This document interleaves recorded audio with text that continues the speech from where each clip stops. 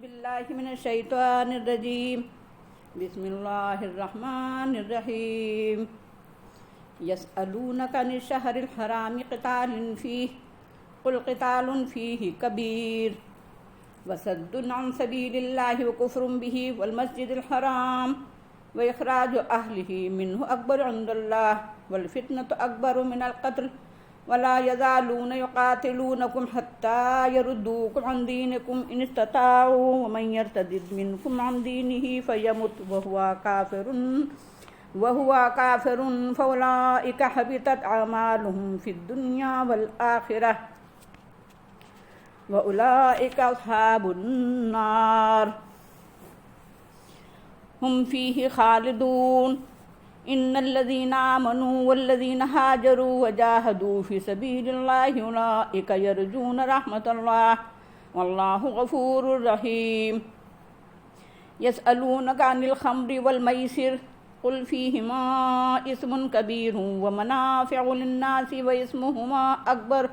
واسمهما أكبر من نفعهما ويسألونك ماذا ينفقون قل العفو كذلك يبين الله لكم الآيات لعلكم تتفكرون في الدنيا والآخرة ويسألونك عن اليتامى قل إصلاح لهم خير وإن تخالطوهم فإخوانكم والله يعلم المفسد من المصلح ولو شاء الله لأعنتكم إن الله عزيز حكيم۔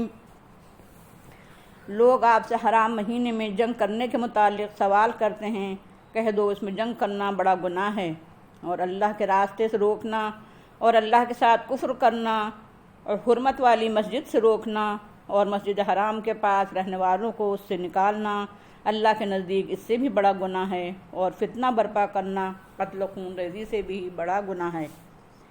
وہ تم سے برابر جنگ کرتے رہیں گے یہاں تک کہ اگر ان کے بس میں ہو تو تم کو تمہارے دین سے مرتد کر دیں، اور جو شخص تم میں سے اپنے دین سے پھرا اور اسے حالت کفر ہی میں موت آئی تو ایسے تمام لوگوں کے اعمال ساقط ہو گئے، دنیا اور آخرت میں کہیں بھی ان کا اجر نہیں ملے گا، اور ایسے تمام لوگ دوزخی ہیں جو اس میں ہمیشہ رہیں گے۔ یقیناً وہ لوگ جو ایمان لائے، ہجرت کی اور اللہ کے راستے میں جہاد کیا، یہی لوگ اللہ کی رحمت کے مستحق اور امیدوار ہیں، اور اللہ بخشنے والا اور رحم کرنے والا ہے۔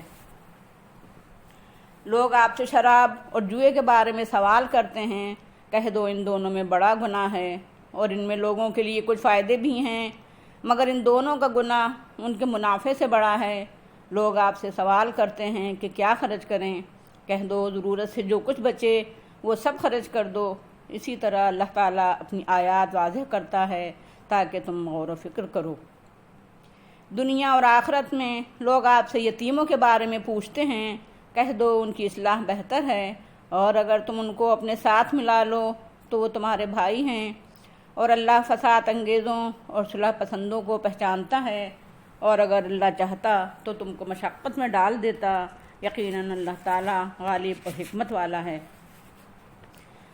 وَلَا تَنكِحُوا الْمُشْرِكَاتِ حَتَّى يُؤْمِنْ وَلَأَمَةٌ مُؤْمِنَةٌ خَيْرٌ مِّن مُّشْرِكَةٍ وَلَا عَجَبَتْكُمْ وَلَا تُنكِحُوا الْمُشْرِكِينَ حَتَّى يُؤْمِنُوا وَلَعَبْدٌ مُّؤْمِنٌ خَيْرٌ مِّن مُّشْرِكٍ وَلَوْ أَعْجَبَكُمْ أُولَٰئِكَ يَدْعُونَ إِلَى النَّارِ وَاللَّهُ يَدْعُو إِلَى الْجَنَّةِ وَالْمَغْفِرَةِ بِإِذْنِهِ وَيُبَيِّنُ آيَاتِهِ لِلنَّاسِ لَعَلَّهُمْ يَتَذَكَّرُونَ۔ اور مشرک عورتوں سے نکاح نہ کرو یہاں تک کہ وہ ایمان لے آئیں، اور البتہ مومنہ باندی بہتر ہے مشرکہ سے اگرچہ وہ تم کو پسند ہو، اور مشرک مردوں سے نکاح نہ کرو یہاں تک کہ وہ ایمان لے آئیں، اور مومن غلام مشرک سے بہتر ہے خواہ وہ تم کو پسند ہو۔ وہ لوگ دوزخ کی طرف بلاتے ہیں، اور اللہ جنت اور مغفرت کی طرف بلاتا ہے اپنی اذن سے، اور اپنی آیات کھول کھول کر لوگوں کے لیے بیان کرتا ہے، شاید کو نصیحت حاصل کریں۔ یہ البقرہ کا 27واں رکوع ہے جس کی تلاوت کی گئی اور ترجمہ پیش کیا گیا۔ اس رکوع میں چند سوالات سامنے رکھے گئے ہیں اور ان کا جواب دیا گیا ہے، اور کچھ سوالات کا ذکر کیے بغیر ہی جواب دے دیا گیا ہے۔ پہلے سوالات ملاحظہ کریں۔ حرام مہینوں میں جنگ کرنا کیسا ہے؟ شراب اور جوئے کا حکم کیا ہے؟ راہ خدا میں کیا اور کتنا خرچ کریں؟ یتیموں کے متعلق کیا حکم اور ارشاد ہے؟ مشرک عورتوں سے نکاح کرنا کیسا ہے؟ مشرک مردوں سے نکاح کرنا کیسا ہے؟ پہلا سوال اگرچہ مسلمانوں ہی کی جانب سے پیش کیا گیا تھا، مگر آیت کے اندرونی شہادت سے معلوم ہوتا ہے کہ کفار، مشرکین اور منافقوں نے ایک طوفان اٹھا رکھا تھا مسلمانوں کے خلاف کہ تم لوگوں کا دعوت تو ہے خدا ترسی کا اور دنیا کو پیغام دیتے پھرتے ہو بندگی رب کا، مگر تمہارا عمل یہ ہے کہ حرام مہینوں میں بھی خون ریزی سے نہیں چوکتے ہو۔ واقعہ یہ پیش آیا تھا کہ رجب 2 ہجری میں نبی صلی اللہ علیہ وسلم نے قریش کی نقل و حرکت معلوم کرنے کے لیے 8 افراد پر مشتمل ایک دستہ روانہ فرمایا تھا کہ مکے اور مدینے کے درمیان مقام نخلہ میں پہنچ کر دشمن کے ارادے کا پتہ لگائیں۔ حضرت صلی اللہ علیہ وسلم نے جنگ کی ممانعت کر دی تھی۔ ان لوگوں کا ایک چھوٹا سا تجارتی قافلہ ملا انہوں نے اس پر چھاپا مارا، ان میں سے ایک آدمی کو قتل کر دیا اور بقیہ کو مال اسباب کے ساتھ گرفتار کر کے لے آئے۔ اس سرحدی جھڑپ پر قریش نے اور ان کے ہم نوا یہودیوں اور منافقوں نے مسلمانوں کے خلاف مخالفت کا ایک طوفان اٹھا کر کھڑا کر دیا۔ اس پر خود مسلمانوں نے نبی صلی اللہ علیہ وسلم سے یہ سوال کیا تھا کہ حرام مہینوں میں لڑنا کیسا ہے؟ حالانکہ واقعہ جس دن پیش آیا تھا وہ دن رجب میں تھا یا شعبان شروع ہو چکا تھا، یہ بات مشتبہ تھی۔ بہرحال جواب یہ دیا گیا کہ ماہ حرام میں جنگ اور خون ریزی بری ہے، مگر اللہ کے راستے سے روکنا اور دین حق کے لمبرداروں کو ستانا اس سے بھی بڑا گناہ ہے۔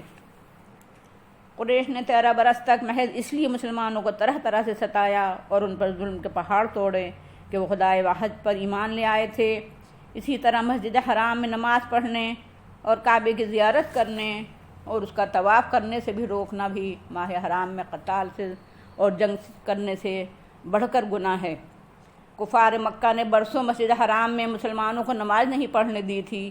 فتنہ برپا کرنا، حق پرستوں کو حق سے برگشتہ کرنا اور حق کی طلب اور جستجو رکھنے والوں کو حق کے پاس آنے سے روکنا، معاشرہ اسٹیٹ کو سچے اصولوں پر تعمیر کرنے کی کوشش میں آڑے آنا، کفر، شرک یا الحاد کو رواج دینا، رائج کرنا اور باطل اصولوں پر سوسائٹی اور اسٹیٹ چلانا، یہ سب فتنہ اور فساد کے بیج بونے اور اس کی کھیتی کرنے کے مترادف ہے۔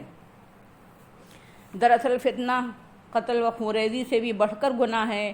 یہ سارے گناہ جو لوگ کر رہے ہوں ان کو اس بات پر شور مچانا زیب نہیں دیتا ہے کہ مشتبہ دن میں ایک آدمی سرحدی جھڑپ میں مارا گیا اور کچھ لوگ گرفتار ہو گئے۔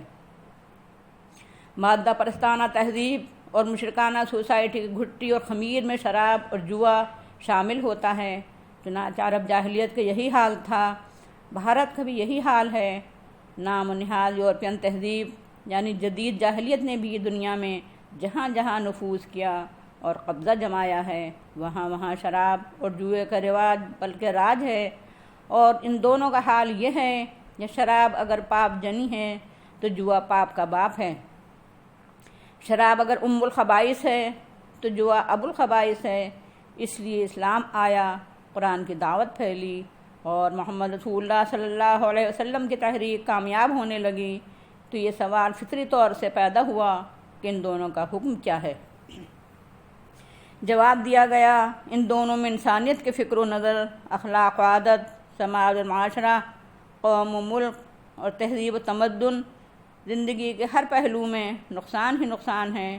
ان دونوں میں گناہ ہی گناہ ہے، اگرچہ ان میں کچھ مادی فوائد بھی ہیں مگر انتہائی کم فوائد ہیں۔ ان دونوں کا نقصان ان کے فائدے کے مقابلے میں بہت زیادہ ہے۔ ان میں عقل بھی ضائع ہوتی ہے، مال بھی برباد ہوتا ہے، روح بھی پامال ہوتی ہے، اخلاق بھی بگڑتے ہیں۔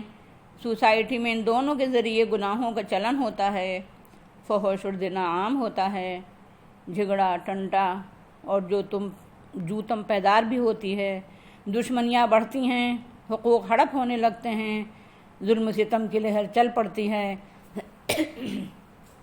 بیماریوں میں اضافہ ہوتا ہے، گھر بگڑتے اور خاندان برباد ہوتے ہیں۔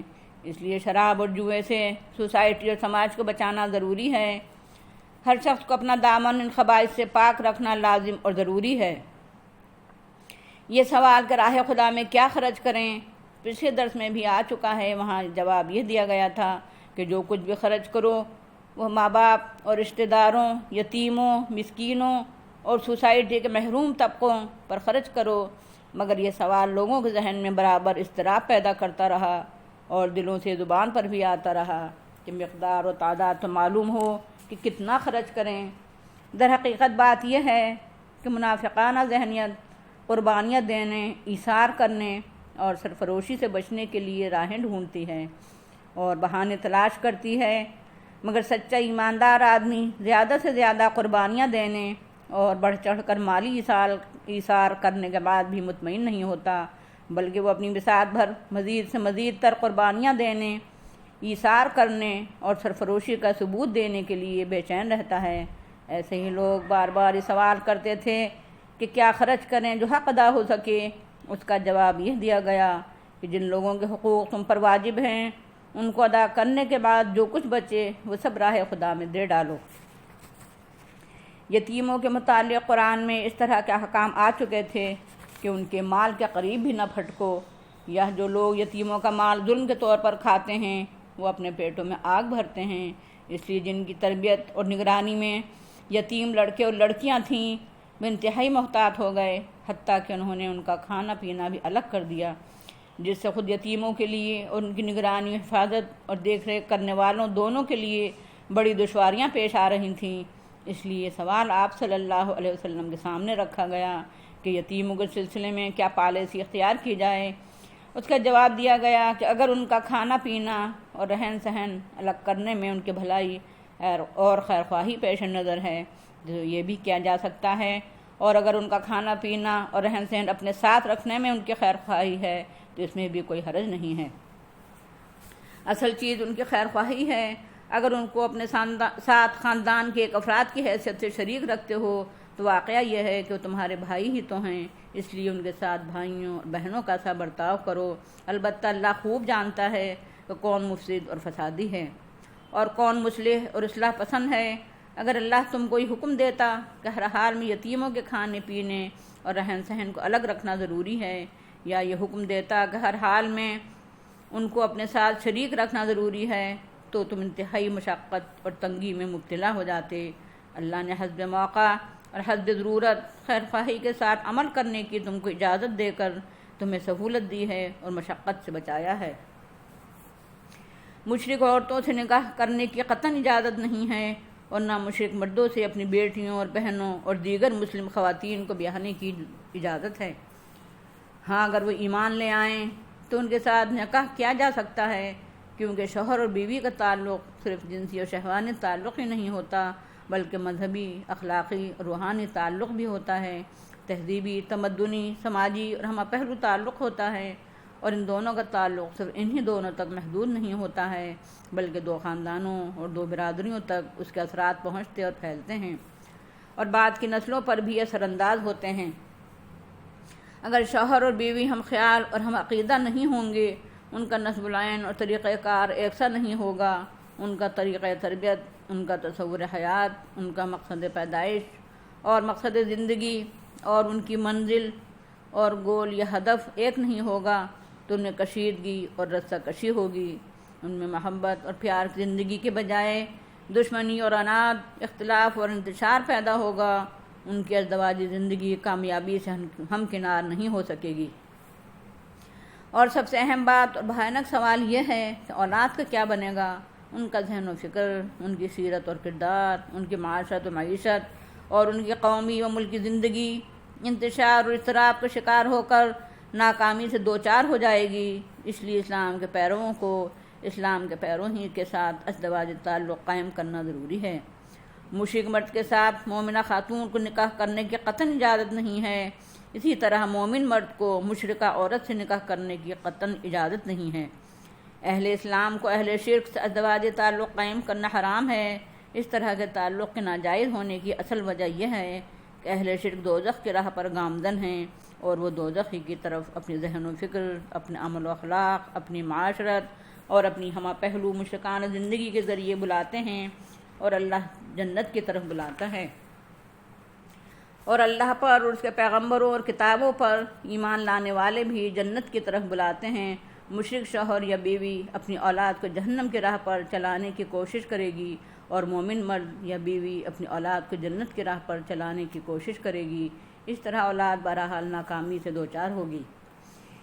ان سوالات اور جوابات کے بعد آئیے ایک بار پھر اس رکوع پر شروع سے غور کریں۔ کفار و مشرکین ہمیشہ یہ کوشش کرتے ہیں کہ اہل ایمان کو ایمان کی راہ سے ہٹا دیں۔ ان کی یہ کوششیں ہمہ پہلو ہوتی ہیں، کھلی کوششیں بھی اور چھپی سازشیں بھی، عملی انداز بھی اور جذبات کے ڈھنگ بھی، بظاہر خیر خواہی کا طریقہ بھی اور دشمنی کا شیوہ بھی۔ غرض کے ہر ڈھنگ اور ہر طریقے سے وہ اہل ایمان کو ورغلاتے ہیں اور راہ حق سے ہٹا کر باطل راہوں پر بھٹکنے کے لیے آمادہ کرتے ہیں۔ حتیٰ کہ آخری چارہ کار کے طور پر وہ مسلسل جنگ بھی چھیڑتے رہتے ہیں۔ قرآن کی صداقت پر حق و باطل کی کشمکش کی پوری انسانی تاریخ گواہ ہے۔ اس لیے اہل ایمان کو ان کی طرف سے مطمئن ہو کر نہیں بیٹھنا چاہیے، بلکہ ہوشیار اور چوکنا بھی رہنا چاہیے اور برابر ہمہ پہلو تیاری بھی کرتے رہنا چاہیے۔ اور یہ بھی یاد رکھنا چاہیے کہ اگر کسی نے بھی راہ حق چھوڑی اور اسلام چھوڑ کر ارتداد کی راہ اپنائی اور اسی کفر ہی کی حالت میں اسے موت آ گئی، تو اس نے حالت ایمان میں جو نیک کام اور اعمال صالحہ کیے تھے وہ بھی ساقط ہو جائیں گے۔ دنیا اور آخرت میں کہیں بھی اس کے اعمال اس کے کام نہیں آ سکیں گے، اور ایسے تمام لوگ جنہوں نے اسلام چھوڑ دیا ہو اور مرتد ہو کر کفر کی حالت میں مرے ہوں، جہنمی ہوں گے اور دوزخ میں ہمیشہ جلتے پھکتے رہیں گے۔ اہل ایمان جو اللہ پر، اس کی صفات پر، اس کے فرشتوں پر، اس کی کتابوں پر اور اس کے رسولوں پر اور اس کے مقرر کیے ہوئے آخرت کے دن پر ایمان لائے ہوں، ایمانیات کو فی الجملہ جانا اور سمجھا ہو، دل اور ذہن کی پوری آمادگی کے ساتھ انہیں قبول کیا ہو اور زبان سے اقرار بھی کیا ہو، اور ایمان لا کر ضرورت پڑنے پر ہجرت بھی کی ہو، یعنی ایمان کی خاطر اپنا سب کچھ اور ساری محبتیں تج دی ہوں، یا کم از کم ہجرت کے لیے تیار اور آمادہ رہا ہو، اور اللہ کے راستے میں جہاد کیا ہو، اپنے قول و فعل سے، اپنی جان اور مال سے ہر طرح جہاد کیا ہو۔ ایسے لوگ اللہ کی رحمت کے جائز امیدوار ہیں۔ رہی بھول چوک، کوتاہیاں اور لغزشیں تو اللہ بخشنے والا اور رحم کرنے والا ہے۔ اللہ تعالیٰ سوسائٹی میں ابھرنے والے سوالات کا جواب دیتا ہے اور اپنی آیات، احکام اور ہدایات کھول کھول کر بیان کرتا ہے تاکہ لوگ غور و فکر کریں۔ واقعہ یہ ہے کہ اللہ کی آیات اور نشانیوں پر غور و فکر نہ کرنا اور قرآن تعلیمات کے مطابق اپنا ذہن و فکر اور عمل و اخلاق نہ ڈھالنا اپنے اوپر ظلم ہے۔ قرآن پر بھی ظلم ہے اور قرآن پر ایمان کی خلاف ورزی بھی ہے۔ مشرک عورت خواہ کتنی حسین ہو، کتنی ہی باصلاحیت ہو، کتنی ہی سلیقہ شعار ہو، کیسی ہی خاندانی ہو، کتنی ہی دولت مند ہو، بہرحال وہ دین حق اور سچی خدا پرستی سے محروم ہے، اسی لیے اس سے نکاح کرنا حرام ہے۔ اسی طرح مشرک مرد خواہ کسی کو کتنا ہی پسند ہو، اس کا حسن و جمال، اس کا حسب و نسب، اس کا مال دولت تمہیں کتنا ہی عزیز ہو، مگر وہ چونکہ دین حق اور راہ حق سے محروم ہے، اس لیے مسلم خاتون کو اسے نکاح کرنا نہیں چاہیے، کیونکہ یہ قطعاً حرام ہے۔ اللہ تعالیٰ اپنی آیات کو تمام لوگوں کے لیے واضح کرتا ہے، صرف مسلمانوں کے لیے ہی نہیں بلکہ اپنی ہدایات سبھی کے لیے کھول کھول کر بیان کرتا ہے تاکہ لوگ نصیحت حاصل کریں اور راہ حق پر آ جائیں۔ وآخر دعوانا الحمد للہ رب العالمین۔ السلام علیکم ورحمۃ اللہ وبرکاتہ۔